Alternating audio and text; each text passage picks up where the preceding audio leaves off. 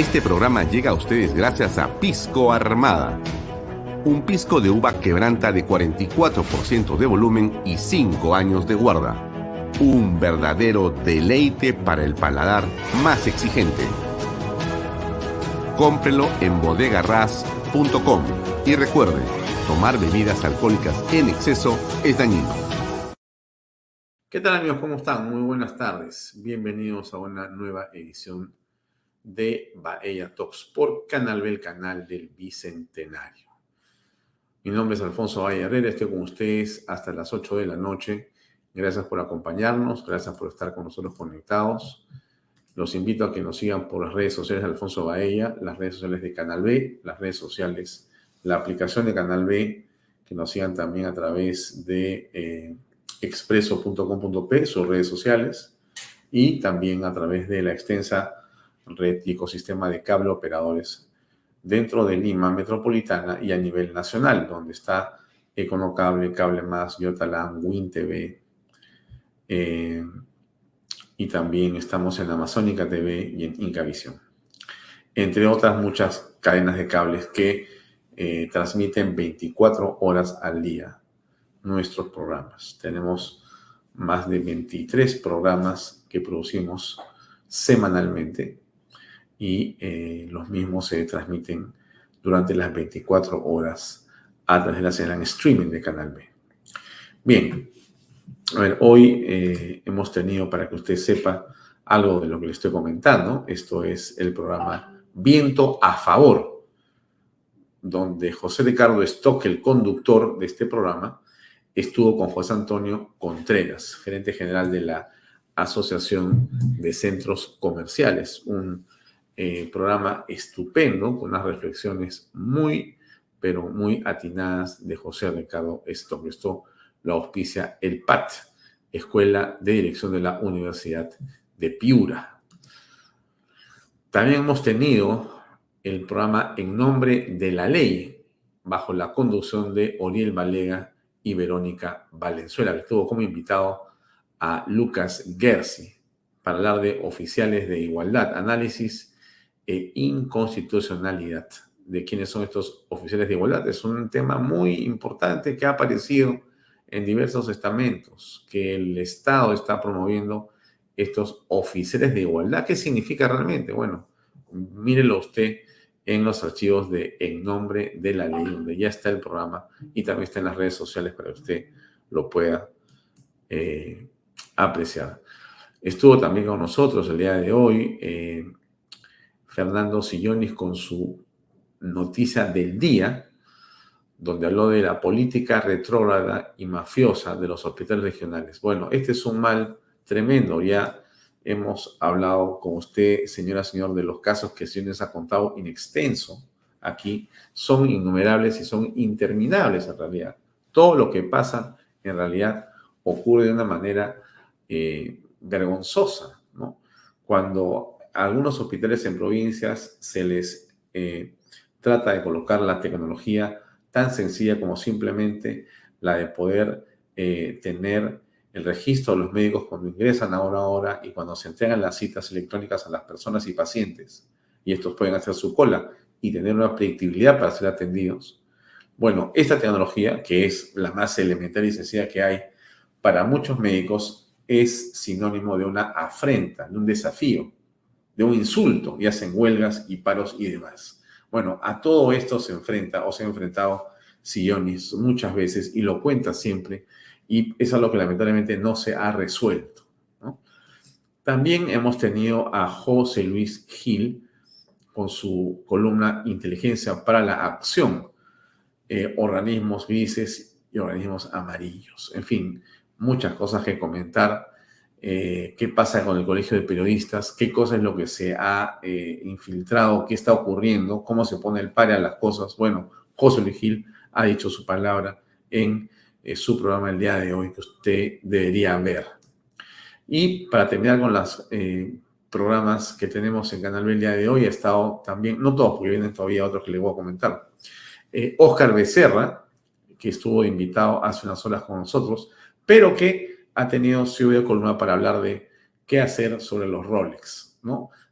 Los Rolex, el programa del señor Becerra se llama meritocracia, que es el pilar principal de su pensamiento y su acción política, la meritocracia. Y él hace referencia a lo que está ocurriendo en la coyuntura, ¿no? ¿Qué hacer sobre los Rolex de la señora Dina Boluarte?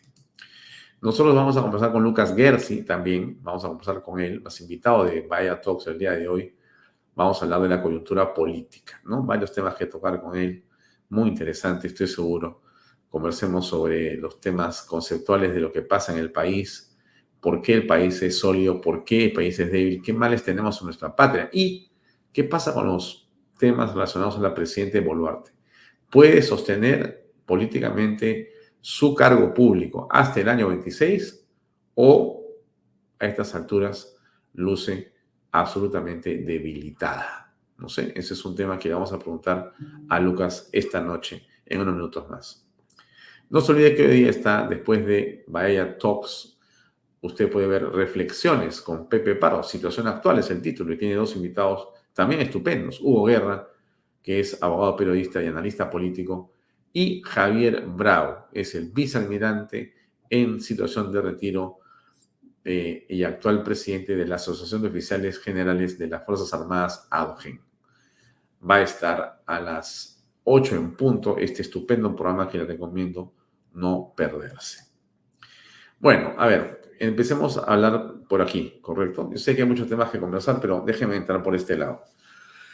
El Congreso ha decidido esperar 2 semanas más para debatir el retiro. Yo creo que este asunto, sinceramente, me parece que ya va siendo una especie de absurdo, ¿no? Déjenme llamarlo de esa manera.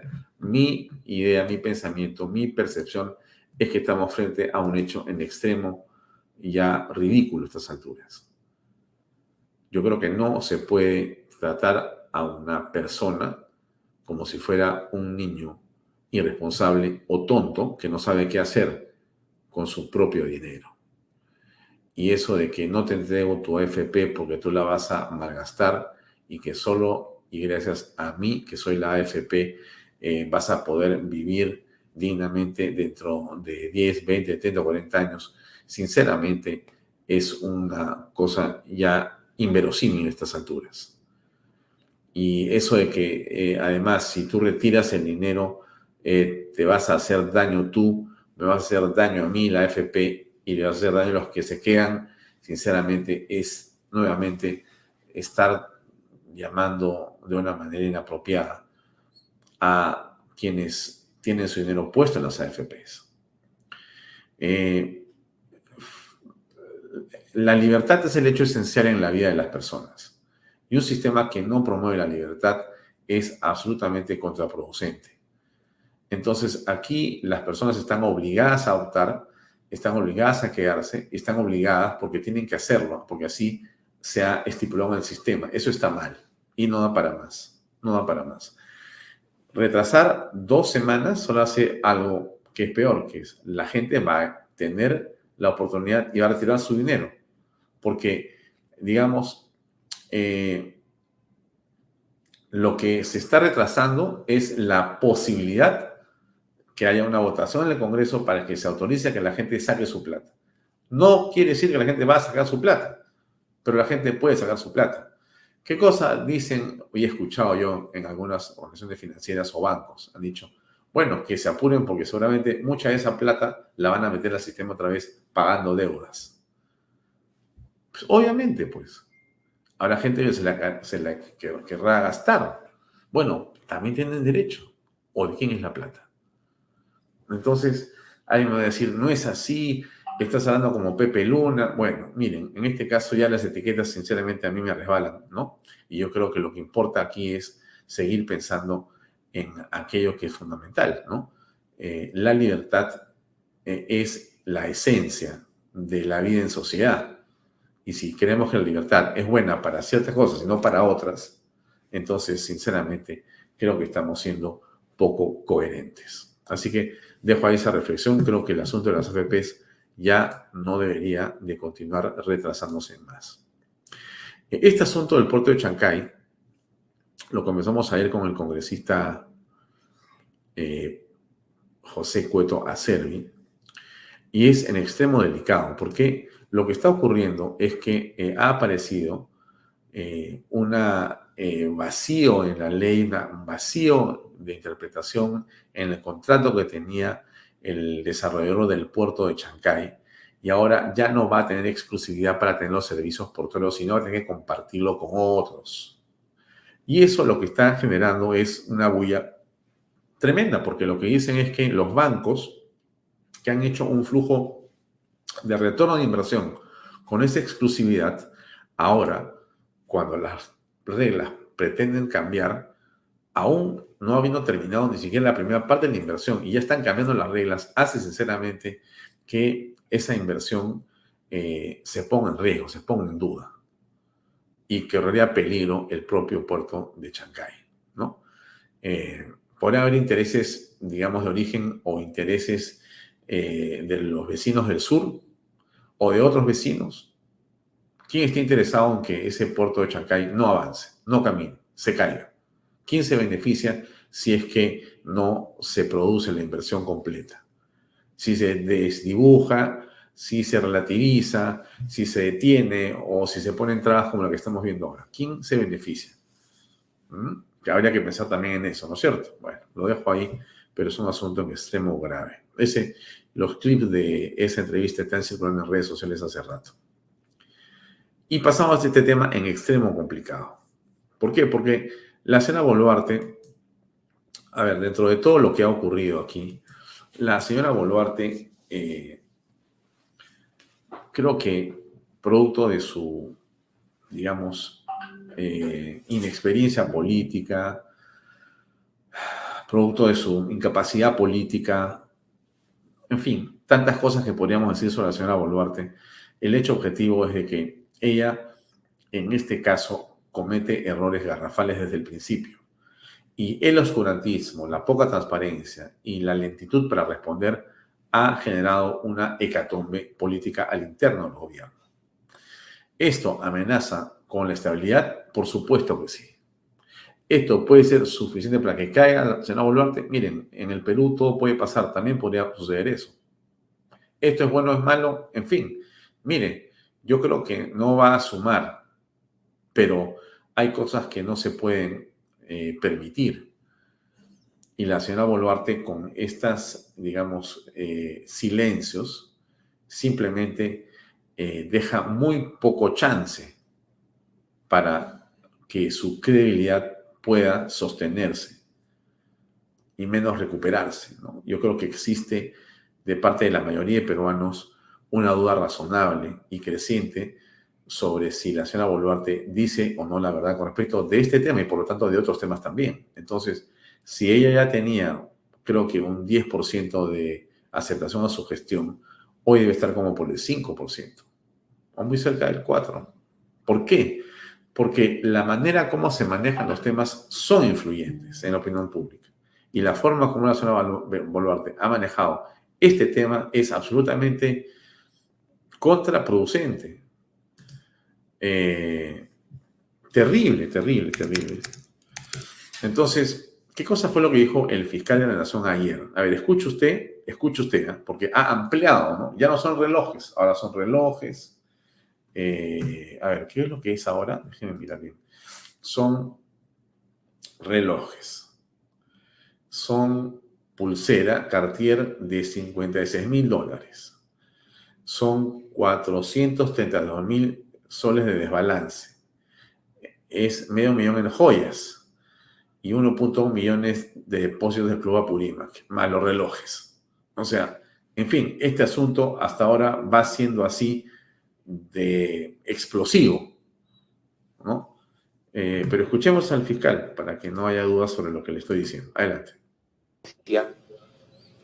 Primero, mediante una disposición número 3, es que se amplía el marco fáctico de la imputación en contra de la señora presidenta, ya no solo por los 3 relojes Rolex, sino además se comprende dentro de la imputación las observaciones que se tienen respecto de sus declaraciones juradas, donde aparece un incremento de más de 432.000 soles, que habría sido un incremento en el plazo de 2 años. Asimismo, se amplió la imputación por la posesión de una pulsera Cartier, se indica, según la fuente abierta, de $56.000, y además, según esta misma fuente, que las joyas que habría usado en este tiempo en las ceremonias y las vistas fotográficas superarían los $500.000. Eso también es parte de la imputación. Finalmente, la imputación del marco fáctico también se ha ampliado a los depósitos de origen desconocido de $1.100.000 en sus cuentas bancarias. Sin embargo, respecto a este último punto, hay que precisar que se referirá a la investigación a esos depósitos que pudieran haber únicamente del periodo en que la señora presidenta desempeñaba el cargo de ministra de Estado. Ese es un relato de las actuaciones que se han realizado. ¿Y por qué no se decidió recibir la declaración de manera inmediata de la señora presidenta? Justamente porque se le notifica la disposición fiscal número 3 que amplíe el marco fáctico de la imputación, y para eso no le podemos recibir su declaración inmediatamente, porque todo investigado necesita de un tiempo razonable para que pueda preparar su defensa, para que pueda ofrecer los medios probatorios o de investigación que considere pertinente. Es por eso que se ha mantenido la fecha en el día 5 para recibir no solamente su declaración, sino y sobre todo la exhibición también de los relojes Rolex que son materia de investigación. Ahora, en relación al segundo punto, respecto de el allanamiento en su domicilio y en su residencia, ya indiqué que se ha efectuado un acta debidamente detallada. Esta acta, y esto refiriéndome al tercer punto, también ha sido entregada a la defensa inmediatamente porque es su derecho, y así se pidió, porque los investigados pueden solicitar las actuaciones inmediatamente para los fines de su defensa, y así se le permitió tomar fotografías de las actas. También han tenido acceso a las actas la Policía Nacional, el grupo de la DIVIA, que ha participado porque se requiere, según si fuera policial, también para las actuaciones que ellos deben dar cuenta a sus superiores. Entonces, ¿qué significa lo que estamos escuchando? En rigor, que se está siguiendo un debido proceso, es lo que dice el fiscal de la Nación. Esa es la impresión que da. Pero es muy importante comprender que la señora Boluarte no podría ir a defenderse inmediatamente como ella pidió, porque ya no es los relojes. Son los relojes, son esos 432.000 soles, es la pulsera Cartier de $56.000, es el $500.000 en joyas en general, es el 1.1 millones de soles del Club Apurino. Entonces ya es un caso mayor. Hay un desbalance patrimonial que pareciera evidente y que ella tiene que explicar. Ahora, no lo va a explicar yendo a decir, bueno, me vengo a callar, porque sinceramente ella es una política, es una autoridad. Y a estas alturas creo que lo peor que podría pasar es decir, bueno, digamos, adhiero a mi derecho de guardar silencio y en todo caso que sean las investigaciones, lo voy a hacer como Castillo, me callo. Mi respuesta es el silencio. Creo que sería un error. En todo caso, hay que esperar a ver cómo va a responder la señora Boluarte. Pero todo este asunto, ¿no? ¿Cómo se inicia con los relojes y con la poca transparencia? Con que voy a declarar, no voy a declarar, sí o no, no sé, puede ser, y ha terminado en esta situación que lo único que ha logrado es debilitar su propio gobierno. Al margen de las estupendas, digamos, gestiones que hacen algunos ministros de Estado de su gobierno, que hay que reconocer, quizá el más importante es Javier González Olaechea, lo hemos dicho desde el principio, pero muy al margen de eso no es suficiente. O sea, Javier González Olaechea podrá ser lo bueno que es, pero eso no quita en modo alguno los errores políticos de la Presidenta de la República o los delitos que pueda cometer la señora Boluarte. En buena hora que está Javier ahí para que por lo menos la Cancillería mantenga una línea de ecuanimidad, de profesionalismo, en función de lo que es el país, ya no la presidenta, sino el país, porque él es canciller, además de todo, del Perú. Por supuesto que las relaciones internacionales las dirige la presidenta de la República, eso dice la Carta Magna, pero sin duda quien las ejecuta es Javier González Olaechea, que tiene bastante experiencia y oficio para ese tema. Pero, digamos, dejemos el tema ahí de González Olaechea, regreso al punto gravísimo de lo que hemos escuchado del fiscal de la Nación Villena, ¿no? Ya no son los relojes, es el desbalance por plata, son las pulseras, son las alhajas, es la plata del Club Apurímac. El tema ha crecido. La señora Boluarte hace difícil su propio sostén político, su propia permanencia política, su propio, digamos, estabilidad gubernamental. La pone en duda y la pone en juego ella. Por más que cualquiera pretenda soportar lo que hace, pretenda ayudar, pretenda, digamos, tratar de evitar un descalabro, que es el descalabro de la patria, creo que hay momentos en los cuales esto comienza a complicarse excesivamente. Y ya no sabes tú por dónde van a entrar los problemas. ¿Por qué? Porque no tenemos que dejar de reconocer un hecho que es muy importante en todo esto. La señora Boluarte es parte de una fórmula presidencial donde estaba Vladimir Cerrón y donde estaba Pedro Castillo.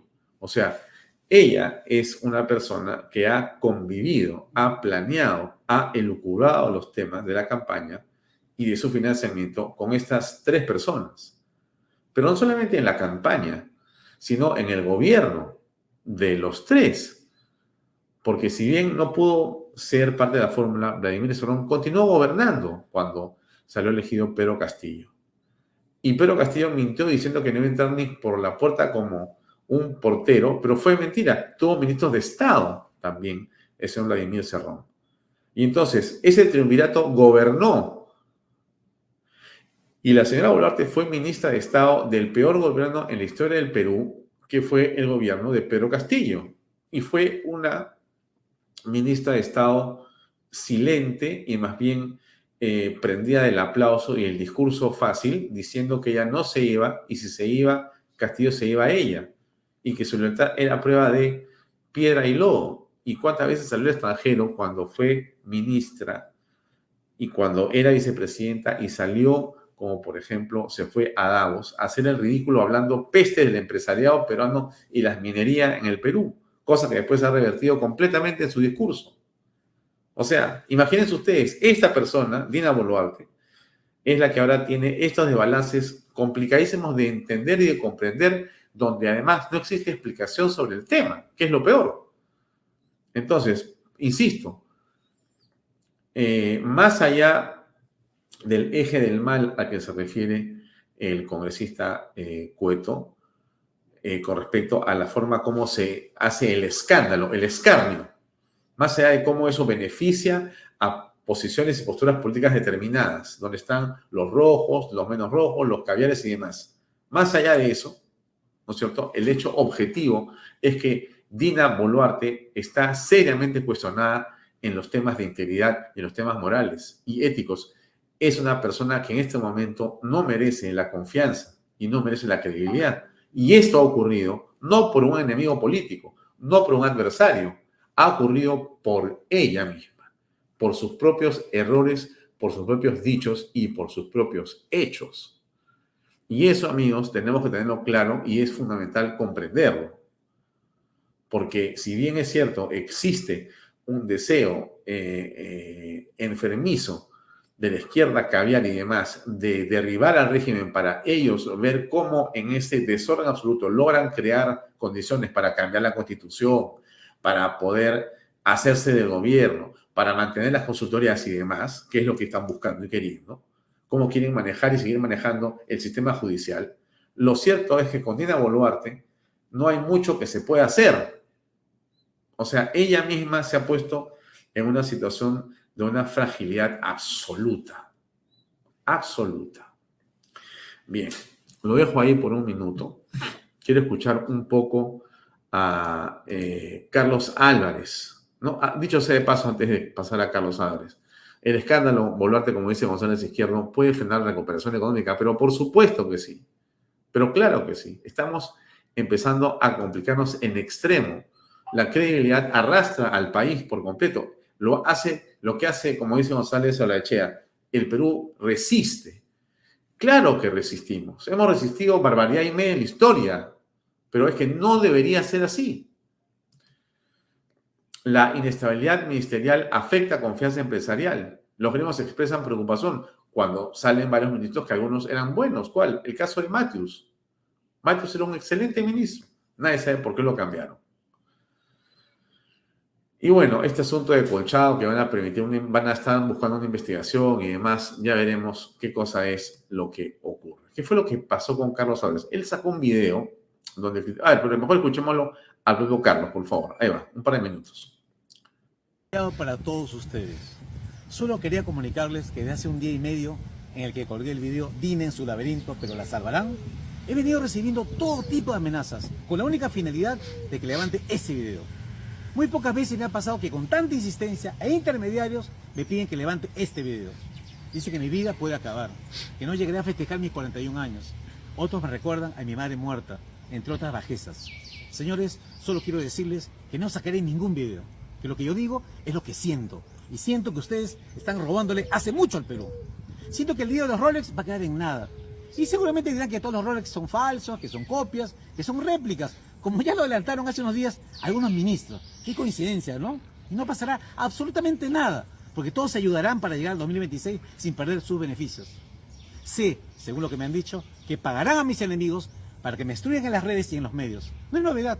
Dice que así me cuida igual me van a matar. Bueno pues, si me matan ya saben que fue por este video, el cual no voy a levantar.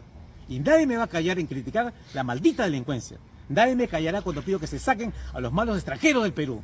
Nadie me va a callar cuando digo que muchos políticos son delincuentes.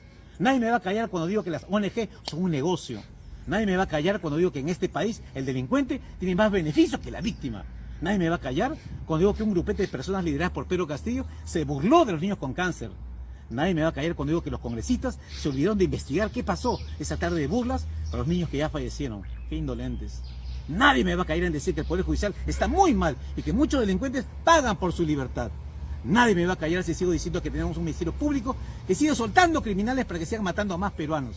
¿Quieren atacarme? Háganlo. Pero saben, toda la maldad que le están haciendo al Perú, algún día la pagarán. Así que ya saben, si me pasa algo, tengo bien claro de dónde viene todo esto. Y ustedes ya lo saben también. Bueno, creo que es claro, ¿no es cierto? Por decir lo que piensa, por plantear los temas con claridad, un personaje que es un imitador de la política, que da su opinión como cualquiera de nosotros, es amenazado. ¿Por qué? ¿Cuál es el problema con Álvarez? ¿Por qué no puede hablar en libertad? ¿Quién se asusta o quién se preocupa de su opinión? ¿Por qué lo andan persiguiendo en las redes sociales? ¿Por qué lo quieren prácticamente eliminar? ¿No? Lo dejo ahí, amigos. Vamos de frente con la entrevista de una vez con Lucas Gersi, que está con nosotros para conversar sobre la coyuntura política y demás. Adelante, por favor.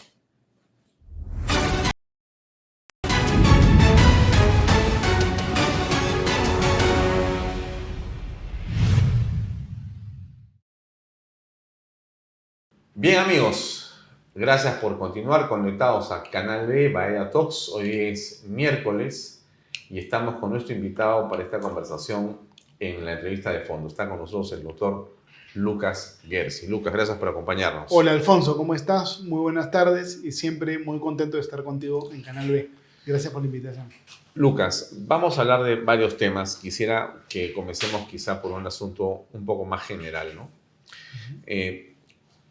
Digamos que si tú estuvieras en el extranjero y estuvieras mirando lo que pasa con el país en este momento, para muchos afuera, la circunstancia podría estar demostrando una solidez del sistema institucional en el Perú, dado que nadie tiene prerrogativas que puedan superar una intervención fiscal con la que hemos visto en la casa de la primera dama el día viernes en la noche, sábado en la mañana, ¿no?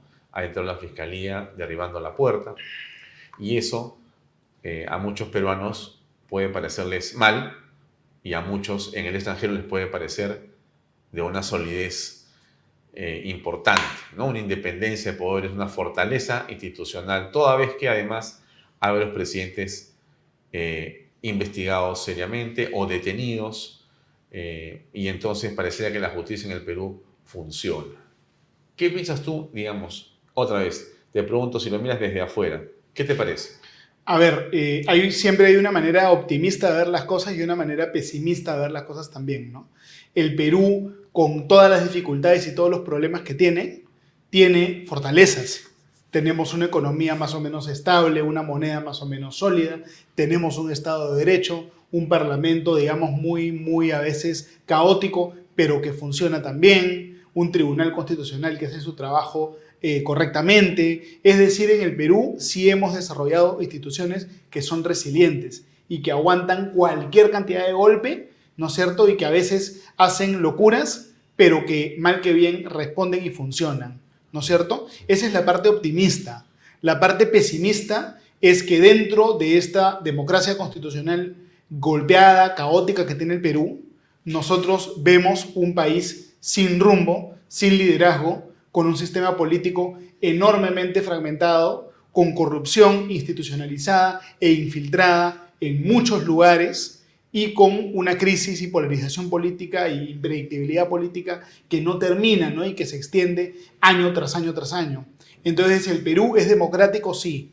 Solo por ser democrático, de repente ya estamos un poquito mejor que varios vecinos, ¿no es cierto? Pero somos una democracia sin liderazgo, sin rumbo, donde hacer empresa es extremadamente difícil, donde gobernar el país es muy difícil, donde hay corrupción. Entonces somos una democracia, pero herida, ¿no? Democracia tullida, le podríamos llamar de repente, ¿no? Bueno, a ver, para tomar tu primer planteamiento, que es esta visión optimista, ¿no? Sí, Después claro. pasamos a la otra, que quizá para muchos es la realista. Pero mirando la optimista, que es interesante siempre aproximarse para cambiar un poco el esquema de conversación usual, donde la gente critica justamente lo que está mal, pero veamos lo que puede estar bien. Hablabas tú de que hay una economía relativamente estable, tenemos reservas internacionales, existe libertad para invertir, hay una serie de condiciones que pueden ser favorables para el país. Pero eso es un nivel estable. Pero ese es un nivel mínimo, ¿no? Porque tenemos esas cosas, pero si analizamos pobreza, de repente un montón de gente que escaló a la clase media volvió a caer en la pobreza y no hay mejora del nivel de vida de la gente, ¿no? Y Sí. la gente le está pasando muy mal. Entonces, sí, es correcto. Lo que tú a dices nivel es, macro hay un poco digamos, de que la viabilidad, pero... La foto lejana parece positivo. Si haces clic en la Así foto e ingresas adentro, dices, Se ve muy oye, amargo, claro, ¿no? tus Muy números feo, generales son buenos, pero tus números singulares son muy preocupantes porque tienes una pobreza extrema y pobreza en general que ha aumentado. No obstante, tenías una clase media muy importante, pero se Así redujo. Así Pero es. además tienes indicadores muy malos. Bueno, ha vuelto el dengue. Tienes un asunto de anemia que crece. O sea, tienes una serie de circunstancias que no son buenas, ¿no? Pero quiero regresar otra vez a la parte optimista, mirándolo de fuera, ¿no? Ves esa macroeconomía y dices, bueno, sí, en números al final Perú parece estar relativamente bien o mejor que los demás. ¿Por qué ha ocurrido eso en el país? ¿Por qué crees tú que podríamos estar viendo las cosas optimistamente? ¿Por qué nos comparamos con otros países y estamos mejor económicamente en los números grandes, en los números de fuera? ¿Qué cosa ha hecho el Perú bien en los últimos 30 años que crees tú ha permitido mirar o tener esa relativa estabilidad económica para hablar de algo? Bueno, lo que ocurre en los países, al igual que en el caso de las personas, es que hay movimientos de acción y reacción que son procesos históricos, ¿no es cierto? Entonces, como el Perú tuvo una experiencia tan catastrófica con la hiperinflación, con el fenómeno del terrorismo, con el fenómeno del Estado estatista que instalaron los gobiernos militares, como estuvimos tan cerca del abismo o en el abismo, hubo un consenso muy amplio a nivel nacional de defender la economía social de mercado y construir una democracia constitucional. Entonces es eso lo que ha dado lugar a una mejora relativa y una mejora, digamos, modesta en la institucionalidad del país, ¿no? Pero no es no es suficiente, ¿no? Falta muchísimo, muchísimo, muchísimo más. Y la verdad es que somos un país pues sin rumbo, donde el empresario es criminalizado, es objeto de múltiples chantajes de todo tipo, y es un país donde a veces, más que derechos, se siente que hay arbitrariedad y que vivimos en una especie pues de mundo de frontera, ¿no? De Wild West, lejano oeste, así muy, muy caótico, muy violento, y el riesgo es caer en eso, ¿no? Ahora, regreso a la pregunta para entrando lentamente a la parte realista, ¿no? Sí, sí, sí. Y entonces, tú dices que lo que aprecias es una falta de liderazgo en muchos de los campos. Entonces, lo que vemos también es que existe una marcada, digamos, aparición, ímpetu de la clase emergente, ¿no? Existe, a pesar de los problemas, los micro y pequeños empresarios, la informalidad de alguna manera explica el deseo de la gente de hacer su propio trabajo al margen del Estado y las reglas. Y entonces ves una economía que circula dinero, ¿no? Insisto, hay una informalidad muy grande, ¿no? Unos 70 o 80%, pero la gente subsiste. Y son pequeños liderazgos, parece curioso lo que uno puede decir, ¿no? En la ausencia general de liderazgo, existen liderazgos de hombres y mujeres que deciden ponerse al hombro su familia y salir a trabajar.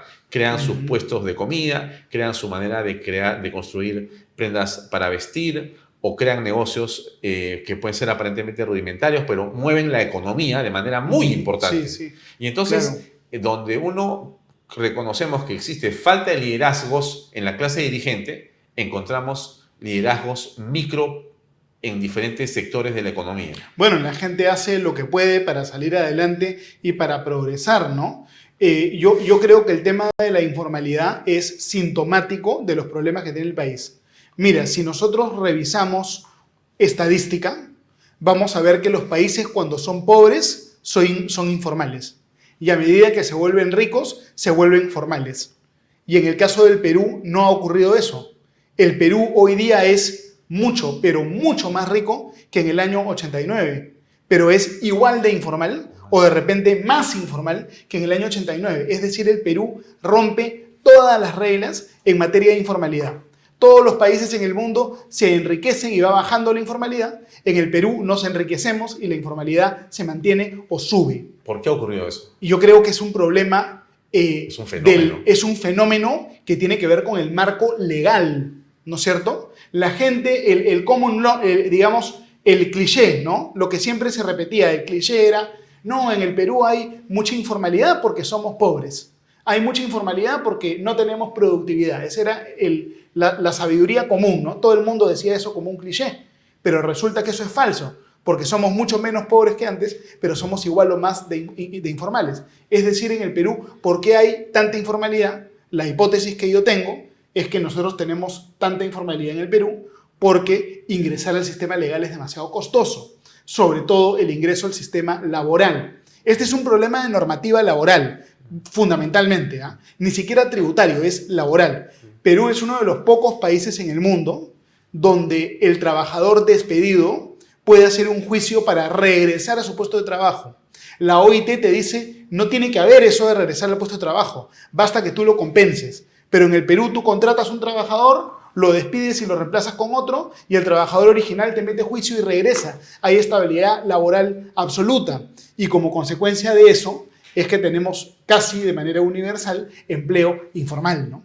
Y luego a eso se suma de repente el sistema de AFPs que está mal concebido, tenemos el CTS, tenemos 30 días pagados de vacaciones, es decir, un sistema laboral que sobreprotege al 20% y excluye al 80%. Y ese es, hay que decirlo, ¿ah? Si no tenemos el coraje de hacer reformas en esto, vamos a seguir teniendo 80% o más de informalidad para siempre. Porque la legislación laboral está sobre-regulando lo que pasa con ese 15% de, Así es. digamos, empleos que son formales, pero Que- para el que- 85% así no es, pasa así es. nada, estás Que- desguarecido por completo. Totalmente, que habría que revisar de ese 15% que está dentro. Yo te aseguro que un porcentaje muy importante, son los trabajadores del Estado, ¿no es cierto? También. Quizá la mitad. Quizá la mitad, habría que ver el dato específico, pero tenemos un sistema que no llega a nadie, ¿no? Yo escucho a la gente discutiendo sobre el retiro de las AFPs, ¿no? Sí. Y este tema del retiro de las AFPs, que a mí me parece muy bien, dicho sea de paso, no deja de ser una discusión, para ponerme un poco irónico, pequeño burguesa, ¿no? Esto es de la clase media urbana, ¿no? Del 20% privilegiado. Del que tuvo ¿no? la suerte de poder tener un pago de planilla Así es. a que le descuentes el porcentaje que fue a tu Exactamente. FP por 5, 6, 7 o 10 Así años, es, eso que es. en realidad es, no sé, pues de cada 10, uno o y medio. Exacto. En realidad, Es la clase media urbana, es una discusión burguesa, de pues, ¿no? cafetín burgués, ¿no? Sí, sí. La mayor parte de peruanos nunca vieron un sistema de pensiones, ni de salud, ni nada, porque están fuera de la formalidad, ¿no? Regreso. Tú decías, en el Perú, entonces, el sistema laboral es una de las razones o de las condiciones que hace que esta informalidad esté como está. Así ¿Qué es. pasa en Estados Unidos? Bueno, a ver, el detalle habría que verlo, pero en el mundo anglosajón Generalmente, es... por lo general. En el O sea, mundo anglosajón esto es mucho más flexible. La contratación es libre, el despido también es libre y no existe esta situación de yo hacer juicio para regresar a mi puesto de trabajo, ¿no? A ver, este tema que yo estoy diciendo de estabilidad laboral, de hecho, no lo impuso el Congreso, ¿ah? Sino que lo impuso el Tribunal Constitucional en una sentencia muy famosa o infame que se emitió, si mal no recuerdo, en el año 2001 o 2002. Porque el gobierno de Fujimori eliminó la estabilidad laboral y cuando eso fue eliminado, de hecho, empezó a caer la informalidad. Y luego el Tribunal Constitucional reinstaló la estabilidad laboral y la informalidad subió de nuevo, ¿no? Yo creo que ese es el factor principal, ya. ¿no? ¿Y esto podría revertirse? Solo lo puede revertir el Tribunal Constitucional. Cuando yo trabajé ahí, en el Tribunal Constitucional, habían dos magistrados que tenían la idea de revertir este tema, que era el magistrado Ferrero Costa y el magistrado José Luis Sardón, ¿no? Ajá. Habían dos que estaban en contra de la estabilidad laboral. En el pleno actual no hay ninguno, ¿no? Todos están a favor de que haya estabilidad laboral. Ahora, Pero en el futuro el TC lo podría revertir, ¿no? Ahora, es una estabilidad laboral bien demagógica casi, ¿no? Es casi de café otra vez, porque ¿a quién le hace estabilidad laboral si nadie quiere establecer ese tipo de condición cuando trabajas? Y más bien la gente dice, es imposible que yo pueda hacer una empresa formalmente pensando en que voy a aceptar la estabilidad laboral, porque encima las condiciones económicas son tan complejas en el Perú, Sí, donde claro, tú sí, estás claro, avanzando con una inversión, hay un golpe de Estado, o viene esto o viene lo otro, y entonces, ¿qué haces tú amarrado con empleados? Te Totalmente, mueres. Claro. Es que a la gente le cuesta entender a veces la naturaleza contraintuitiva de las cosas, ¿no? La gente piensa que protegiendo estás en realidad protegiendo, cuando lo que ocurre es que protegiendo estás en el fondo desprotegiendo, ¿no? Estás Es atentando, entonces- estás yendo en contra Sí. del principio que realmente querías Así supuestamente... exacto. salvar, es ¿no? el concepto de la consecuencia no intencionada, ¿no? Sí. Que está en la base, es uno de los conceptos básicos del liberalismo, ¿no? Hay una diferencia entre lo que tú quieres hacer y el efecto que de verdad produces, y a veces queriendo hacer el bien, haces algo que no está tan bien, o al revés. Ahora, has tocado un tema que es muy importante, que es el tema de las AFPs. Correcto. Y tú dices, Correcto. en realidad es una discusión también otra vez de un pequeño grupo. Así es. Sin embargo, en el mundo de los medios pareciera que fuera una gran discusión, importante, trascendente, y más bien todos te dirían, pero no, si a la gente hay que protegerle el futuro, ¿no? Y estamos para eso, el sistema previsional debe protegerlo, ¿no? El Estado no lo puede hacer, lo debería hacer entonces el sistema privado de pensiones. Correcto. Y estos retiros son contraproducentes absolutamente porque son negativos, ¿no? ¿Por qué no aceptar eso y por qué no convencer a la gente que más bien siga Ya. o aumente inclusive el porcentaje de descuento para las AFPs y no esté sacando la plata? A ver, yo lo que pienso es que el sistema de AFPs de repente fue una buena idea en un comienzo, pero una buena idea que tuvo un desarrollo amargo. Cuando se creó el sistema de AFPs, la idea era hay que desmantelar el sistema público de pensiones que quiebra a los estados. Y el Perú estaba quebrado en gran medida por el sistema público de pensiones, que recordemos tenía la cédula viva, el régimen 2530, pensiones que se indexaban con el aumento de las remuneraciones, y el Estado estaba quebrado por ese motivo, no podía pagar esas pensiones, ¿no es cierto? Entonces la idea es buena, es muy inteligente la idea de que en vez de simplemente repartir dinero, tú aportas a un fondo que puede crecer. El problema es que el sistema de AFPs, pienso yo, se reguló de tal manera que no permitió el crecimiento de los fondos. Por ejemplo, la gente cuando invierte su plata para tener una pensión en Estados Unidos, invierte en índices. El más famoso de estos índices es el SP500. Si tú inviertes en el SP500, siempre vas a tener una buena rentabilidad. Es el Standard & Poor's. Standard & Poor's, claro. Las AFPs tienen prohibido invertir en índices. El gobierno las obliga a invertir la mitad de los fondos en Perú. Y en Perú no hay en qué invertir. Es decir, obliga, mira, hay trampitas ya en el sistema.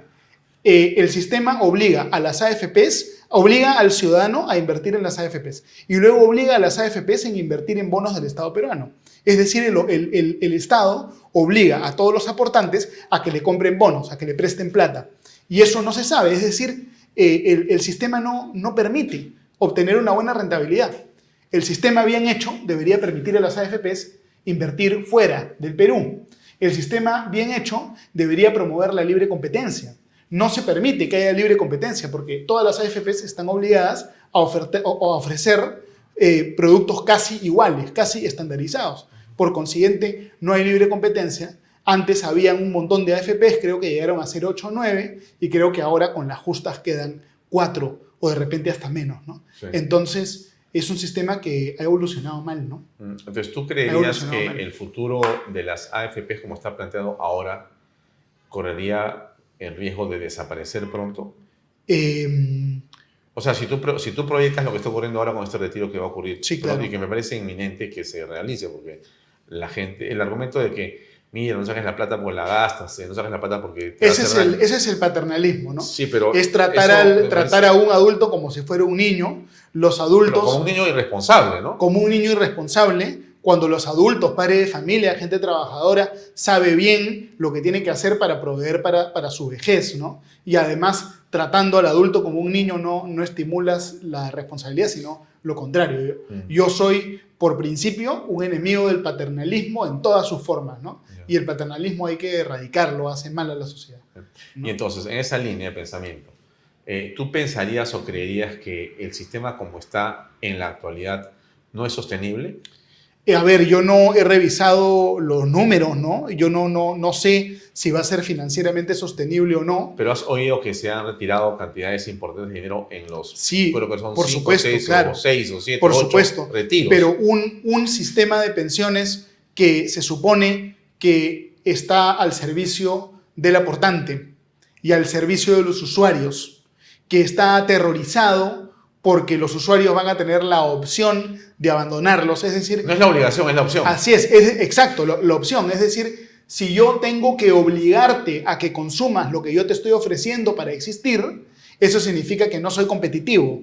Eso significa que estoy viviendo de una prebenda. Es lo mismo que una empresa, ¿no es cierto?, que solo tiene un monopolio legal y tiene miedo a que abran las importaciones. Es un mercado artificial. El mercado artificial tiene que desaparecer. Solo el mercado real, el mercado que puede triunfar en un régimen de libre competencia, es el que merece continuar y el que le aporta bienestar a los ciudadanos, ¿no? Entonces, si caen las AFPs, ¿qué va a pasar? Los peruanos no se van a morir de hambre en su vejez. Aparecerán otros mecanismos. De repente, por internet, en su celular, la gente aportará en el SP500 y tendrá una pensión mejor que la que da la AFP, ¿no? La gente no es irresponsable, no es tonta. Sí, pues, la gente en el Perú es inteligente. Y quizás las AFPs no habrían tenido el cuidado, la voluntad de enseñarle a las personas a justamente hacer sus inversiones. En lugar de estar buscando endilgarle una responsabilidad de si sacan el dinero te va a ir mal y también a nosotros, o sea, ¿no? Ya, en lugar de hacer eso, quizá han debido ser más, no sé, inteligentes en decirle, durante el tiempo que vas a ser parte de la AFP, yo te voy a enseñar además cómo invertir tu dinero. Sí, también, correcto. ¿no? Sí, correcto, claro. Y lo puedes sacar cuando Claro, quieras. así Yo lo es. manejo mejor que tú, Así es. pero si tú lo quieres manejar, Sí, también lo puedes hacer tú. Desde el punto de vista de la imagen, creo que no lo han manejado tampoco bien, ¿no? Cero. Porque querer obligar a la gente, digamos, es algo que te pone en contra de tu usuario, ¿no? Claro, la obligación es un... Y encima, a mí lo que me llama la atención es que prácticamente no existe en este momento, salvo algunas personas vinculadas a la banca que defiendan el sistema, ¿no? Creo que no es el congresista que está promoviendo esto, sino en cada vez más estratos escucho yo que hay que sacar el dinero, ¿no? Hay que sacar el dinero, ¿no? Tengo cosas más buenas que hacer con esa plata que dejarla ahí y yo no sé si la voy a usar alguna vez. Claramente es un sistema en el cual los peruanos no confían y ojo que eso no es necesariamente responsabilidad de los funcionarios actuales o anteriores de las AFPs, sino que también es responsabilidad de la Superintendencia de Bancas, Seguros y AFP y en general del Estado peruano, que no logró crear un sistema que le diera a los peruanos el resultado que buscaban. Porque la realidad es que mucha gente con el sistema de AFPs recibe pensiones miserables, ¿no? También es una realidad. Sí, pues. Y las rentabilidades no fueron las que la gente pensó que iba a tener, ¿no? Claro, se vendió muy mal el sistema, ¿no? Y creo que la AFP al final no supo explicar, porque no lo supo explicar, cuál era la ventaja absoluta, ¿no? Si no dieron algunas explicaciones, pero siempre ha habido algo de falta quizá de... Y se hizo una reforma en el gobierno de Ollantaytamala en el año 2012, que creo que finalmente fue también negativa, ¿no? Porque esa reforma le disminuyó más los elementos competitivos del sistema, quitándole al individuo, al ciudadano, la posibilidad de escoger su AFP y poniéndolo en una AFP por default, sin que el ciudadano pudiera escoger, ¿no? Sí. Entonces, este sistema es un sistema que huele a monopolización, huele a cartel, a imposición, dictadura. Y eso genera desconfianza. A la gente le gusta escoger. Si tú le quitas a la gente su derecho a escoger, pierdes su confianza, ¿no? Bien, entonces tenemos un país donde tenemos una gran informalidad, donde el sistema de FP podría ser cambiado radicalmente. Podría ser, sí. Pero, a ver, insisto en el Perú de los emprendedores, ¿no? A pesar de todo, la gente hace su trabajo, ¿no? Y se enfrenta al Estado, ¿no? El Estado es como un gran, digamos, competidor o un gran obstaculizador de tu felicidad, ¿no? Sí, porque sí, no, claro. Donde está el Estado dices, pucha, ¿cómo lo bypaseo, ¿no? Sí, digamos, los peruanos, la característica que creo que tenemos es que tenemos un cinismo saludable, ¿no? Hemos aprendido a ya no confiar y a rechazar un poco las figuras mesiánicas, ¿no? Y esa es una característica que diferencia al Perú de repente de otros países de América Latina. Pero, ojo, sí y no, porque a veces... Sí, no. Y a veces, ¿qué pasa? Lucas, me daría la impresión de que a veces solemos o creemos en los mesiánicos.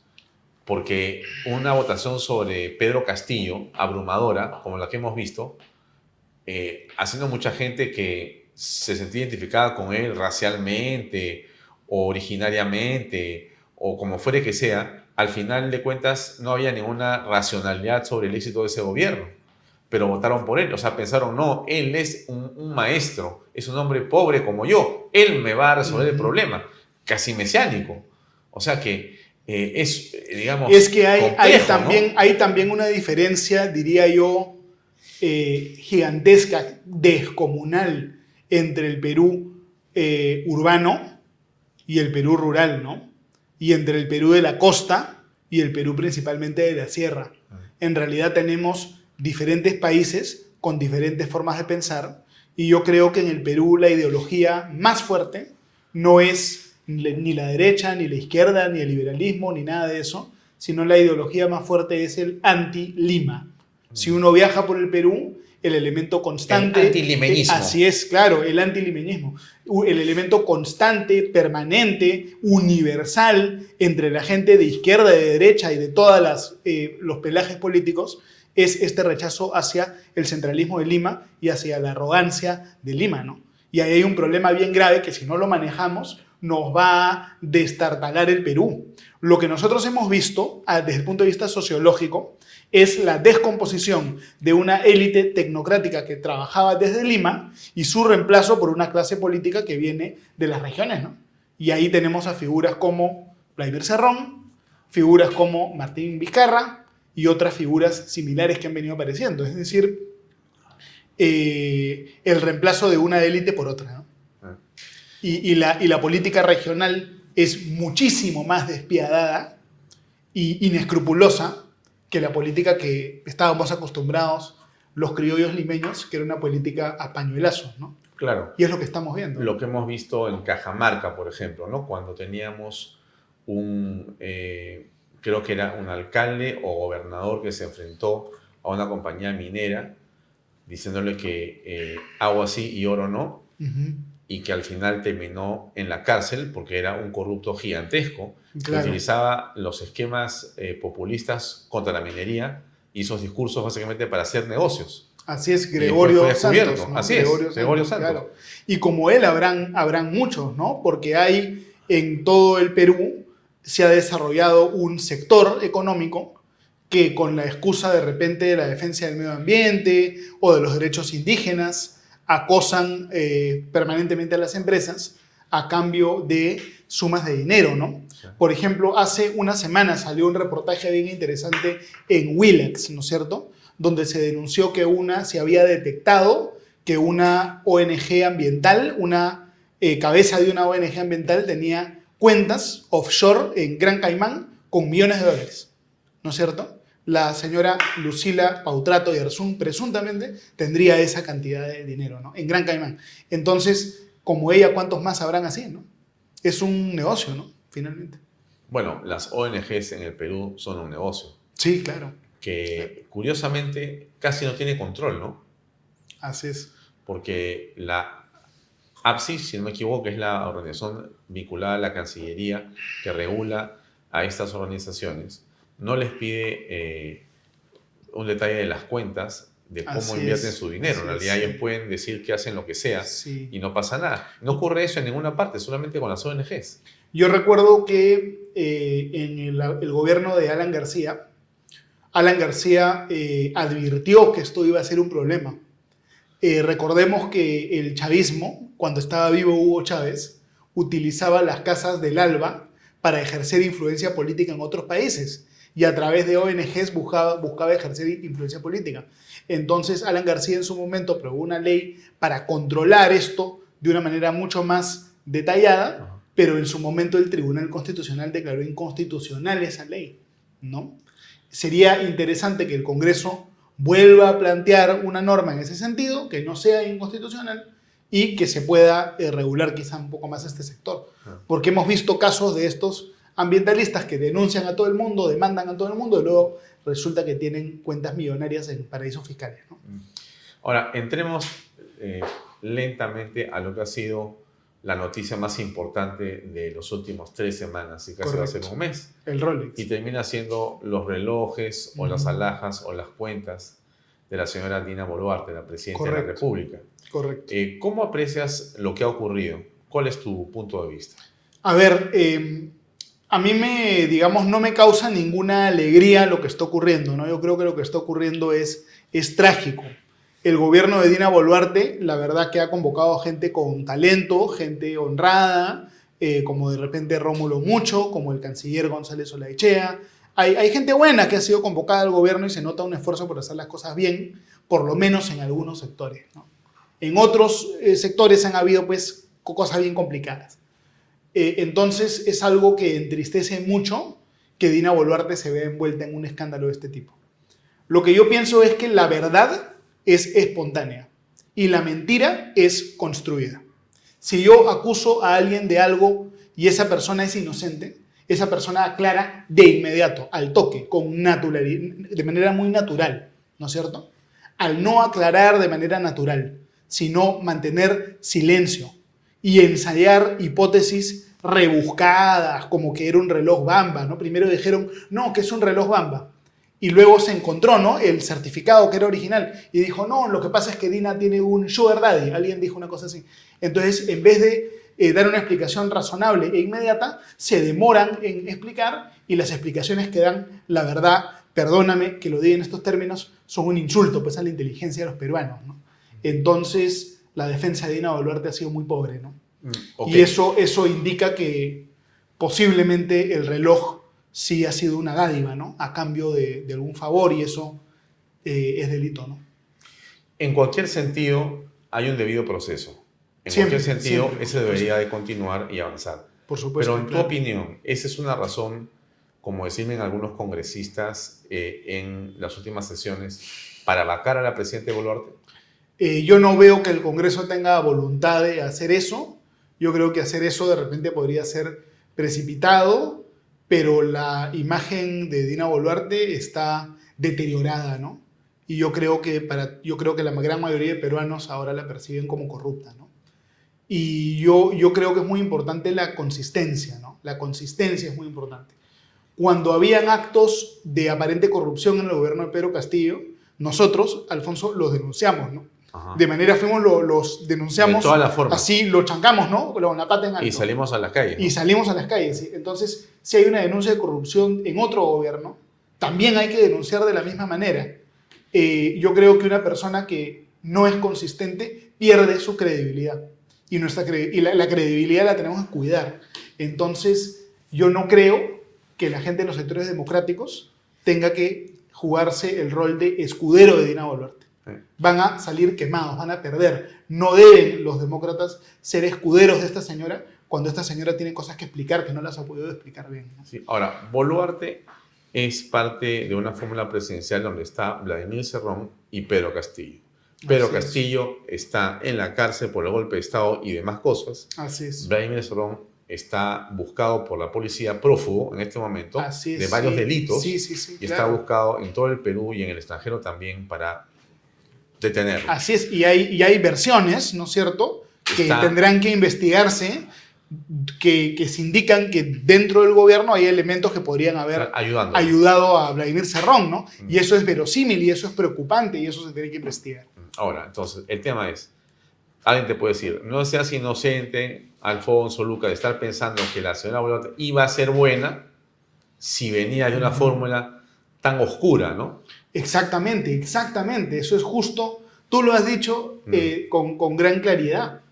No olvidemos quién es, no olvidemos de dónde viene, y yo creo que en este gobierno hay corrupción.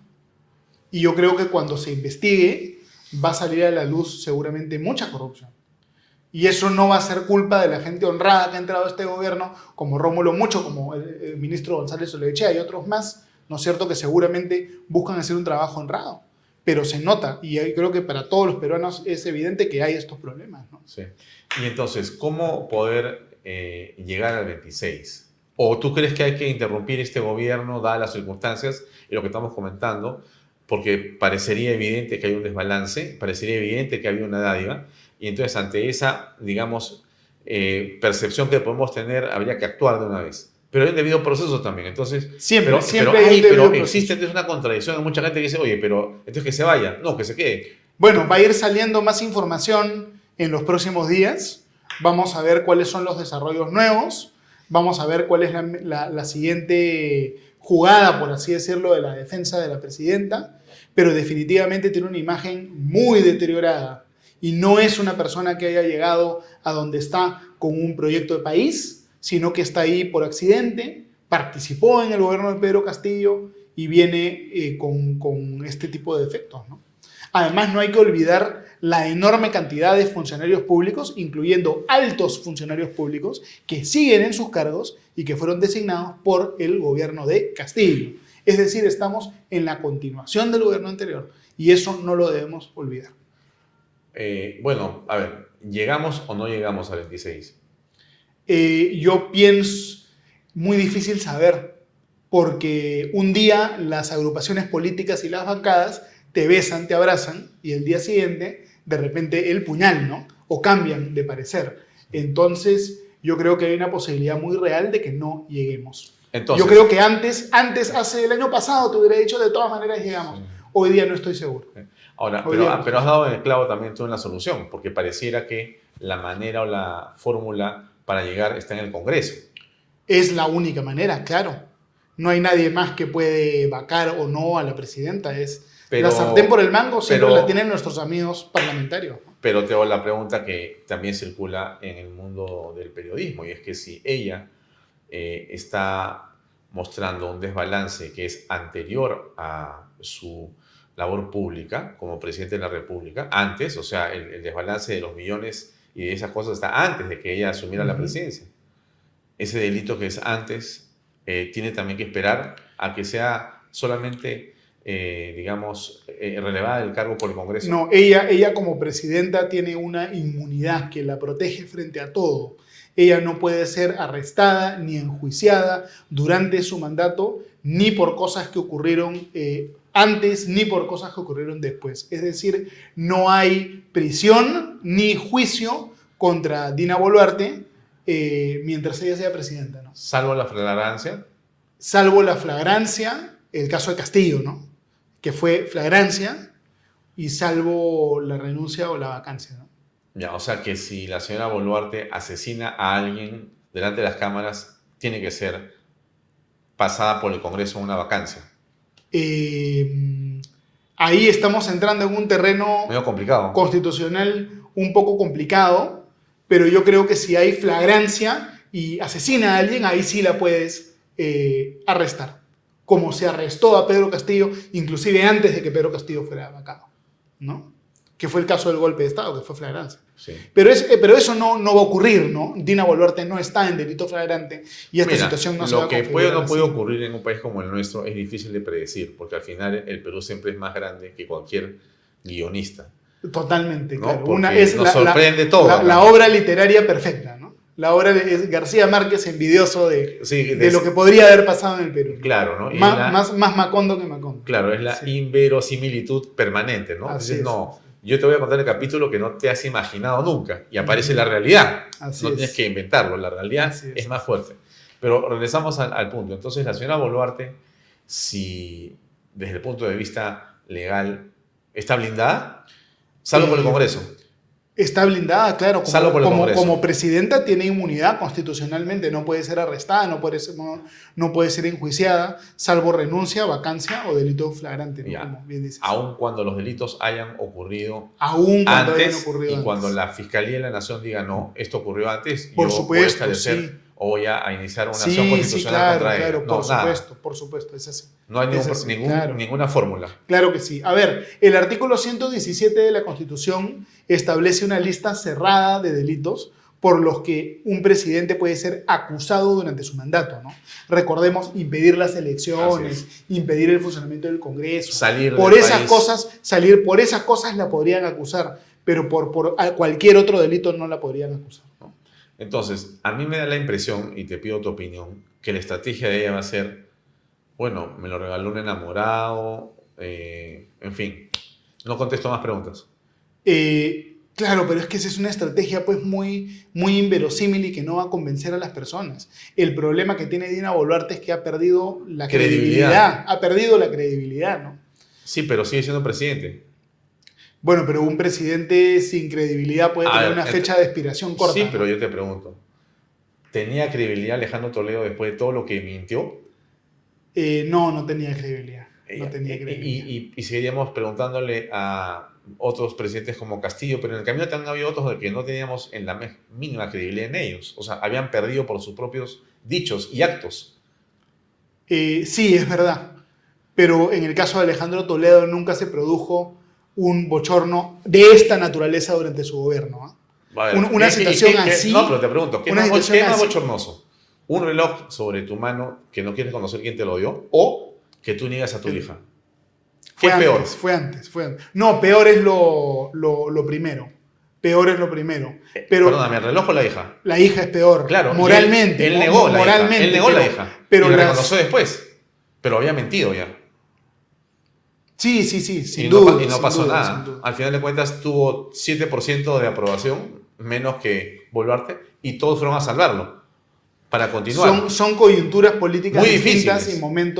y momentos diferentes, pero lo que hay aquí es una situación muy complicada de posible contenido penal y hacemos mal si es que entramos como escuderos a querer justificar una situación injustificable o a querer defender una situación indefendible. Ya, pero a ver. Ok, pero es que tú le estás poniendo etiqueta de escudero y entonces uno tiene que decir, yo no soy escudero, entonces vamos a tirarle palo a Dina. Pero espérate un ratito.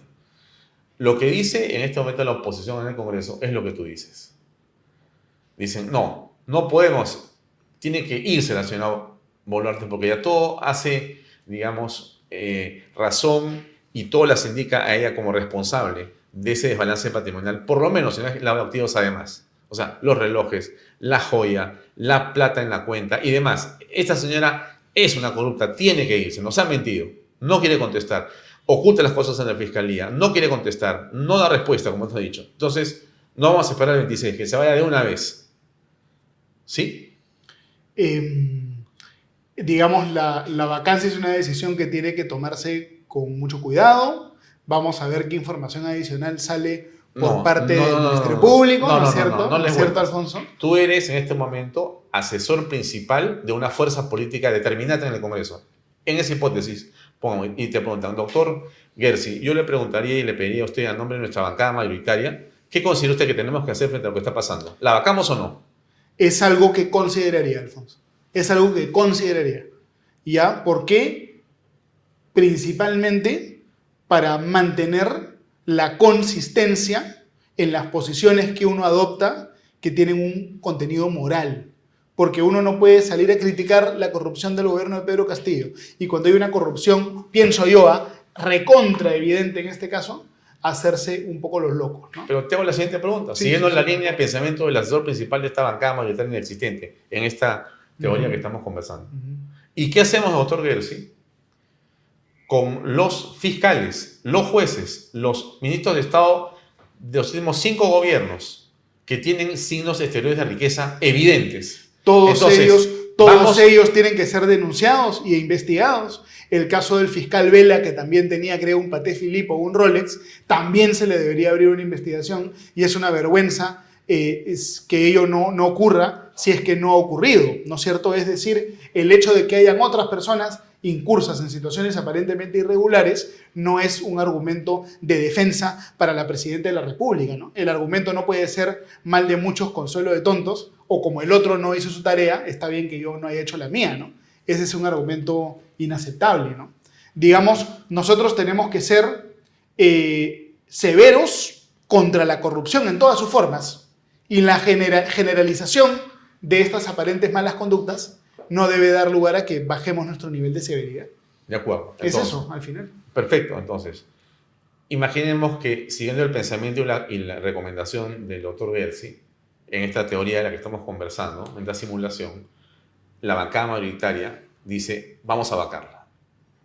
Es una posibilidad, eso puede ocurrir. Totalmente, Alfonso, pues, porque sí. se han Es presentado una- dos es una mociones de posibilidad. vacancia, o sea, no estamos hablando sobre una cosa imposible, ya se han presentado. Si hay votos, algo va a ocurrir. Ya. Efectivamente. Y si se produce la vacancia, entramos a un proceso político bastante, digamos, inestable.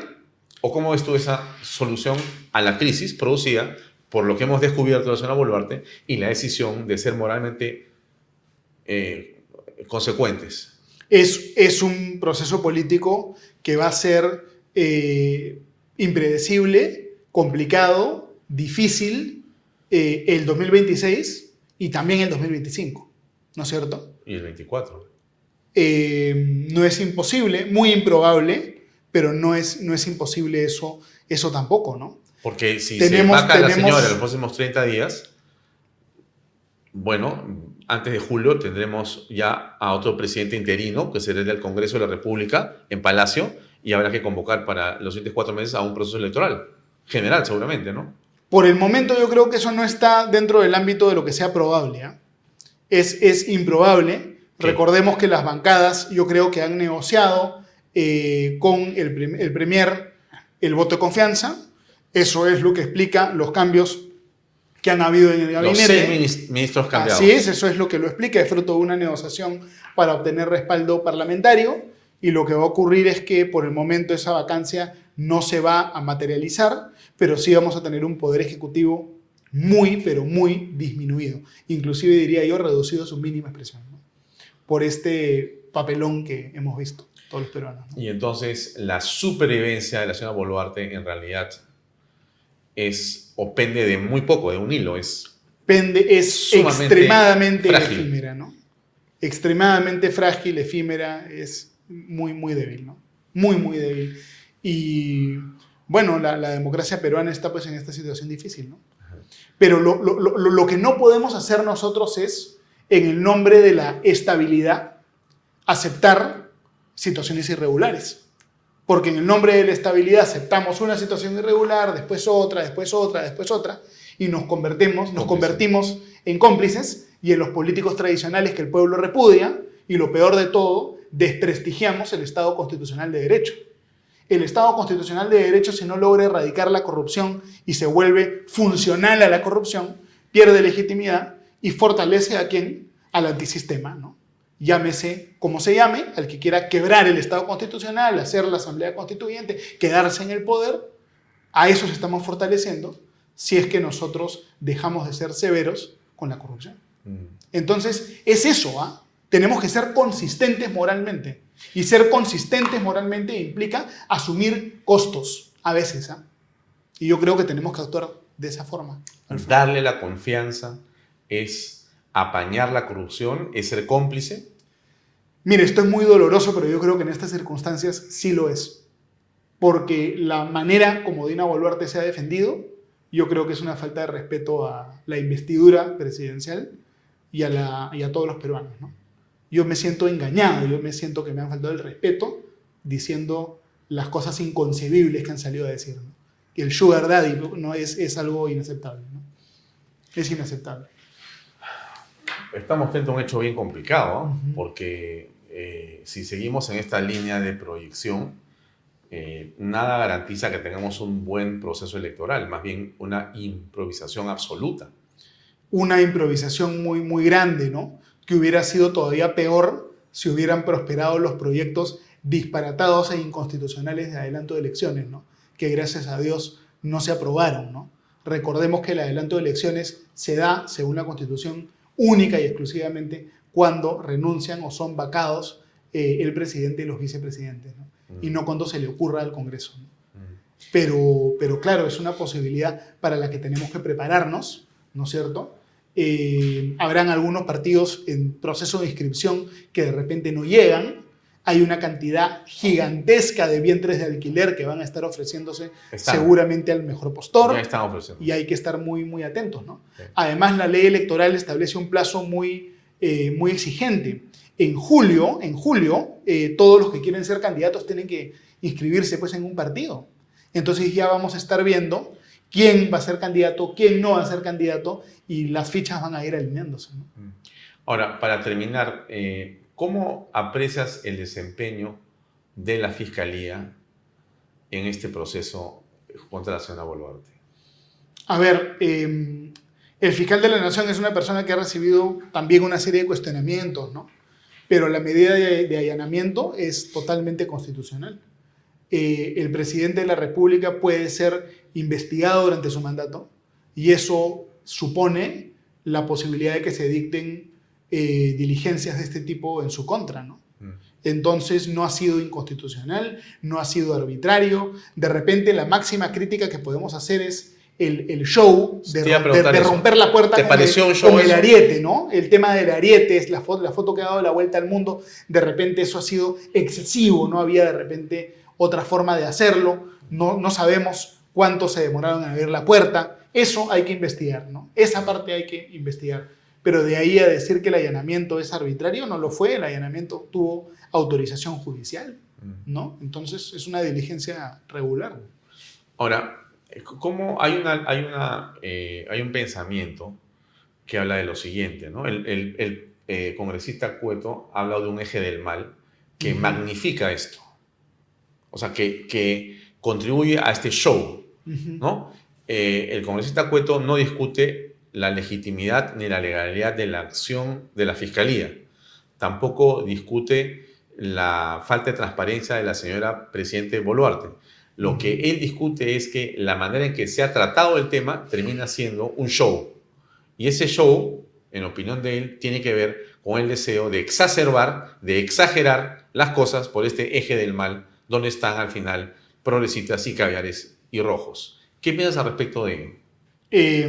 Y bueno, la izquierda en el Perú ha intentado hacer caer el gobierno de Dina Boluarte desde que el gobierno asumió, y es posiblemente cierto lo que ha dicho el congresista Cueto, ¿no? Sin embargo, el hecho de que la izquierda esté a favor de algo no significa que yo automáticamente tengo que estar en contra, ¿no?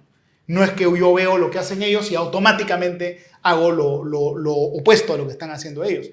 Tenemos que evaluar los hechos, evaluar la evidencia, y sobre la base de eso es que uno toma una posición, ¿no es cierto? Entonces, no es que porque la izquierda extrema quiere que se vaya Dina Boluarte, yo tengo que salir a defenderla con mi espada y mi escudo, ¿no?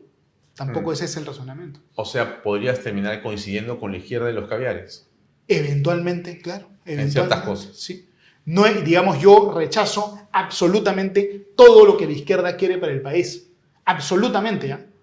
Pero coyunturalmente pueden haber coincidencias. Es la realidad. O sea, claro, tú dices, bueno, en principio no coincido, Es, pero claro. excepcionalmente podría coincidir. Claro, pueden haber coincidencias circunstanciales, ¿no? Y así es la política, ¿no? Ya. Ahora, Digamos, para elegir en las votaciones en el Congreso se ve que hay coincidencias circunstanciales en un montón de temas. sí. Entre las bancadas de izquierda y las de derecha. A ver, ¿qué piensas de esto, no? Los caviares, la izquierda, ganó el poder con Pedro Castillo. Ganó la fiscalía con la señora Zoraida Ábalos. Ganó la fiscalía con, perdón, la JNJ. Perdió el gobierno, perdió la fiscalía. Iba a perder la JNJ y la perdió porque tenían 2 miembros. Pero a Boluarte la van a sacar, a Benavides la mandaron suspendida 6 meses y a la JNJ salieron 2 y los han regresado. Claro, hay todo un conflicto que no es un conflicto transparente, sino que es un conflicto que se da en corredores, en pasadizos, en catacumbas, por el control del sistema de justicia. Y el problema del sistema de justicia es que debería ser todo esto más transparente. Es decir, nosotros necesitamos hacer una reforma para transparentar el sistema de justicia. Y eso pasa, desde mi punto de vista, por reformar la manera como se escoge la Junta Nacional de Justicia, que es poco transparente, es complicada, genera conflicto, y además por reducir el poder que tiene la Junta Nacional de Justicia sobre los jueces, eliminando esta figura, creo yo, contraproducente, complicada de la ratificación, ¿no? Tiene que haber una reforma del sistema de justicia, sin duda. O sea que estamos con un sistema judicial también cuestionado. Bastante, ¿no? Sí, bastante. Por más que hayan algunos jueces y fiscales honestos que hacen un trabajo heroico, ¿no? Seguramente en sus instituciones. Muchas gracias, Lucas, por tu tiempo. Gracias, por conversar. Alfonso. Un honor siempre conversar contigo. Gracias. Amigos, Gracias. eso es todo. Nos vemos mañana. Buenas noches. Este programa llega a ustedes gracias a Pisco Armada. Un pisco de uva quebranta de 44% de volumen y 5 años de guarda. Un verdadero deleite para el paladar más exigente. Cómprelo en bodegarras.com y recuerde, tomar bebidas alcohólicas en exceso es dañino.